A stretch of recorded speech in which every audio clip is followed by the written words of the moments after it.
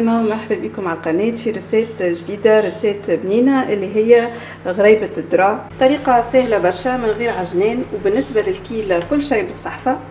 رسالة بنينة برشا، ان شاء الله تعجبكم. شجعوني، حطوا لي جيم الفيديو. كان اول مرة تشوفوا القناة مرحبا بكم، ابونيفو. ان شاء الله تجربوها. رسالة ياسر بنينة وناجحة. هذه هي المكونات اللي نستحقها. بالنسبه للتكييل استعملت الصحفه، دونك نجم نستعملوا صحفه والا كيس. بالنسبه لي انا ما عملتش كيل كبير. المهم نفس الحاجه اللي نكيلوا بها هي معناها نكملوا نكيلوا بها بقيه المكونات. لهنا عندي 3 كيلات، 3 صحاف ذرع، عليهم كيلة سكر، صحفه اخرى سكر، هنا نص صحفة نشاء ونص صحفة فرينة.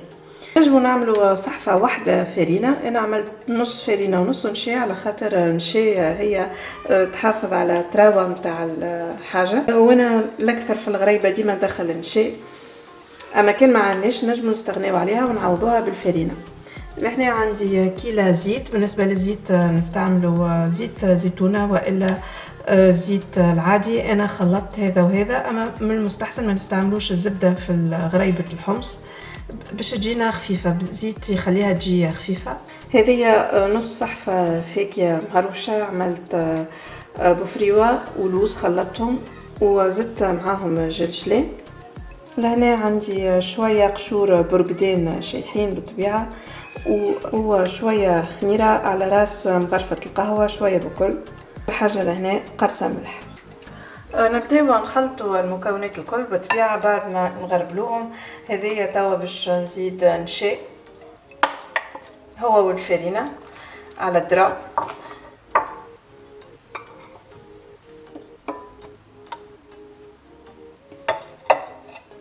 بعدهم نزيد سكر المحور،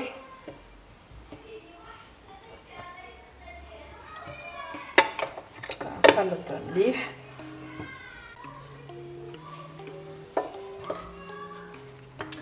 نزيد الملح، الخميره هي والبرقدان، ومن بعد الفاكهه. بالنسبه للفاكهه انا باش نخلطها لهنا في وسط خليط، اما نجمو زاده نخليوها من فوق نزينوا بها.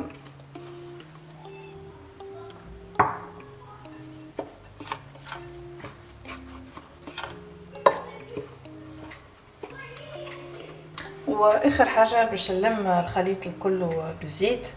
هنا الغريبه مش باش نرحيها، باش نخلطها مليح ونخليها ترتاح ساعتين. واحسن حاجه كيف انواع الغريبه الكل نخليهم يرتاحوا قبل ما نستعملوهم، كأنها عجينه الغريبه تتبسس. دونك مش باش نرحيها، باش نخليها ترتاح ومن بعد نبدا نصبتها ونعملها الاشكال اللي حاجتي بهم.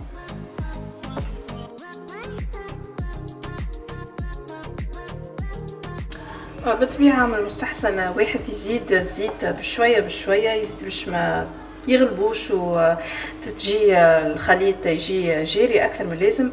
انا راني صبيته فرد مره خاطر مستانسه بيه الحكاره، ما سينو واحد باش يتجنب الريسك نتاع تفسد هكايا تدخل بعضها الحكارات، يولي يتلز باش يزيد فرينه ولا يزيد ذرع. دونك من المستحسن واحد يزيد بشويه وكما تشوفوا هي ديجا هاي تلمت بالكدا. دونك نكمل هكايا نخلطها مليح ومن بعد نخليها ترتاح ساعتين قبل ما نبدا نعملها الفورمات اللي حاجتي بهم. كما تشوفوا توا تلمت مليح العجينه. الحقيقه انا ما نعجنهاش برشا وما نرحيهاش، جوست نخليها هكايا ترتاح.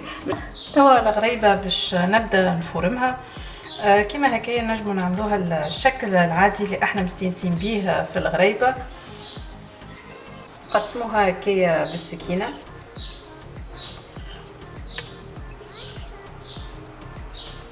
يا اما بالعين نحاولوا نجيبوهم قد واما نجمو ناخذوا القياس نتبعوا عليه. وباش نعمل فيها شويه زينه هكايا بالمنقاش.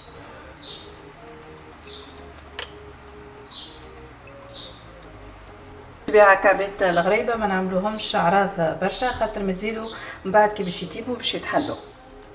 والا زادا ناخذ هكا كميه من العجين ونصبتها هكايا بالكدا بيدي، ومن بعد نعمل الفورمات اللي نحب عليهم. لهنا باش نعمل فورمه الخمسه كيما هكايا، والا عندي زاده هذيا النواره الصغيره.